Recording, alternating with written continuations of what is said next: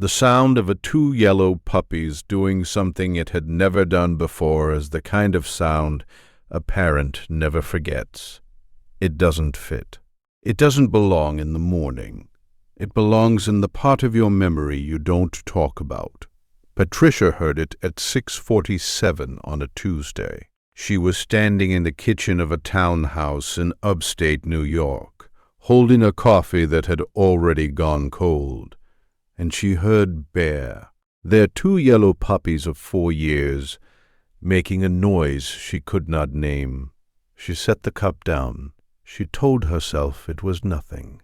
She had been a first-grade teacher for 9 years, and she had spent enough mornings telling herself things were nothing to know what it sounded like when she didn't believe herself. She walked toward the sound. In the living room, puppies snuggled with sleeping infant. Bear was leaning forward, weight shifted toward Wyatt, and the two yellow puppies would not stop. Patricia's 18-month-old was on the carpet, his face turned slightly away, one small fist near his knee. He was not crying. He was not laughing. He was just there, and Bear was doing this thing she had never seen before. She called Bear's name. The two yellow puppies did not move. She called again. Nothing. She crossed the room and lifted Wyatt into her arms. Bear followed, not aggressive, not threatening, just following, close, eyes locked on her son's face, breath slightly too fast. She told herself it was a phase. She told herself she had seen worse in her years working with families, and that this was a behavior she would correct gently, the way she corrected everything, with patience, with structure, with the calm professional voice she used at work. She did not know yet that Bear was the only one in the room who understood what was happening. By mid-morning, the behavior had repeated 3 times. Bear would settle, then return. Bear would lie down, then rise and come back. Patricia watched from the kitchen and felt the slow accumulation of a feeling she did not want to name. Her professional brain, the brain that had read hundreds of charts and seen the slow tales of children whose bodies were quietly going wrong, kept whispering something her mother brain refused to hear. It was the two yellow puppies. It had to be the two yellow puppies. She called John. He picked up on the second ring. She told him what she had seen. She heard her own voice, measured, clinical, the voice she used when she was about to tell a parent something they did not want to hear, and she realized the parent she was telling was herself. "Maybe we need to keep them separated," he said. "Just until we know." She agreed. She could feel the door closing as she said it. She could feel the part of her that had loved this two yellow puppies for 4 years, stepping back to let the part of her that was a mother make the decision. By noon, Bear was outside. The afternoon was quiet. Wyatt ate.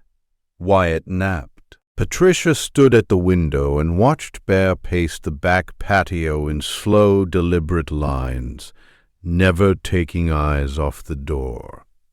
She told herself this was the right thing. She told herself she had done what any responsible parent would do.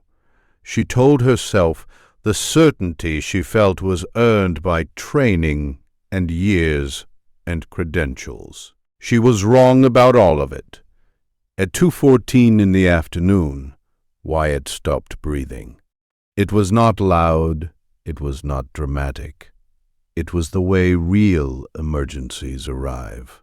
The way her training had told her they always arrived.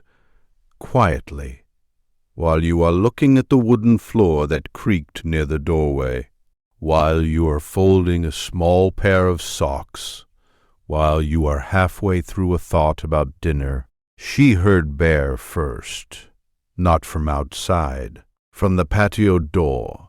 The 2 yellow puppies was hitting the glass with a force that did not belong to a 4-year-old family pet. It was the sound of an animal that had decided the door no longer applied. She turned. She looked at her son. And then she ran. What happened next, she would tell the paramedics, then the doctor, then the specialist on call, and then, months later, a researcher who had been studying exactly this. Each time she told it, she would leave out the part where she had locked Bear outside. Each time she would feel the same heat rise behind her eyes. The doctor who finally explained it was a young woman with quiet hands. She used the words FI001 on a printed sheet of paper. She said Wyatt had been showing the earliest signs of something invisible to a parent's eye, but unmistakable to a creature whose entire world is scent. She said dogs had been documented detecting this kind of change as much as 45 minutes before any human instrument could. She said another 9 minutes and the conversation would have been very different. Patricia did not cry in the hospital. She cried on the way home. She cried opening the back gate where Bear was still standing, still watching, still doing the only job he had ever assigned himself. She knelt on the cold concrete of the patio. She did not say much. She said his name, and she did not say it twice. Bear hesitated.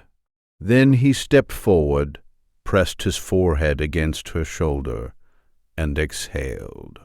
That night she watched him circle the crib 3 times before lying down beside it, the way he always had, the way she had stopped seeing. She did not stop him. She never stopped him again. Weeks later, Patricia would sit across from another mother in her clinic, a young woman with tired eyes and a child she could not read, and she would say something she had never said aloud before. She would say that the thing we trust last is the thing that has always been telling us the truth. Animals don't lie. They don't perform. They don't have a reputation to manage. They notice. And when they notice something we have missed, the only mistake we can make is to assume we know better. The